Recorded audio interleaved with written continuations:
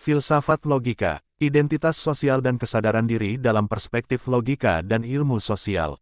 Oleh Wan Norbeck, Jakarta, Mataelang24.com. Setiap individu memiliki 3 lapisan identitas yang terbentuk secara alami: keyakinan, afiliasi sosial, dan asal-usul kultural. Ketiganya bukan hasil konstruksi artifisial, melainkan konsekuensi dari realitas eksistensial manusia sebagai makhluk sosial dan spiritual. Pertama, pengakuan sebagai seorang Muslim merupakan pernyataan iman yang bersumber dari kesadaran teologis. Ia tidak bergantung pada pengakuan orang lain, sebab validitasnya terletak pada hubungan vertikal antara manusia dan Tuhannya.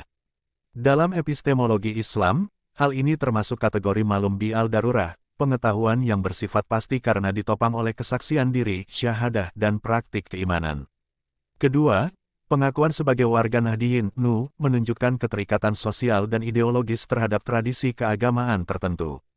Secara sosiologis, afiliasi ini termasuk dalam konsep Gemeinschaft komunitas alami, sebagaimana dijelaskan Ferdinand Tönnies, di mana ikatan terbentuk oleh nilai, sejarah, dan kesamaan tujuan. Dalam konteks ini, menjadi bagian dari Nahdlatul Ulama tidak membutuhkan validasi eksternal, karena keanggotaan sejati tercermin dari kesetiaan pada prinsip Ahlussunnah wal Jamaah dan praktik keagamaan yang diwariskan para ulama. Ketiga, pengakuan sebagai orang Betawi adalah bentuk kesadaran genealogis dan kultural. Identitas etnis semacam ini bersifat given, sesuatu yang diberikan oleh sejarah dan keturunan. Dalam antropologi budaya, hal ini disebut sebagai ascribed identity, identitas yang diwariskan, berbeda dari achieved identity, identitas yang diperoleh. Karena itu, mempertanyakan keaslian seseorang dalam hal ini sama saja dengan menafikan fakta historis dan sosiologis. Dengan demikian, ketika seseorang telah menyatakan secara sadar bahwa ia Muslim, Nahdiyin, dan Betawi, maka 3 lapisan identitasnya telah utuh. Bila masih ada pihak yang meragukan, maka keraguan itu lebih merupakan cerminan dari kurangnya pengetahuan sosial si penanya, bukan kekurangan pada yang ditanya.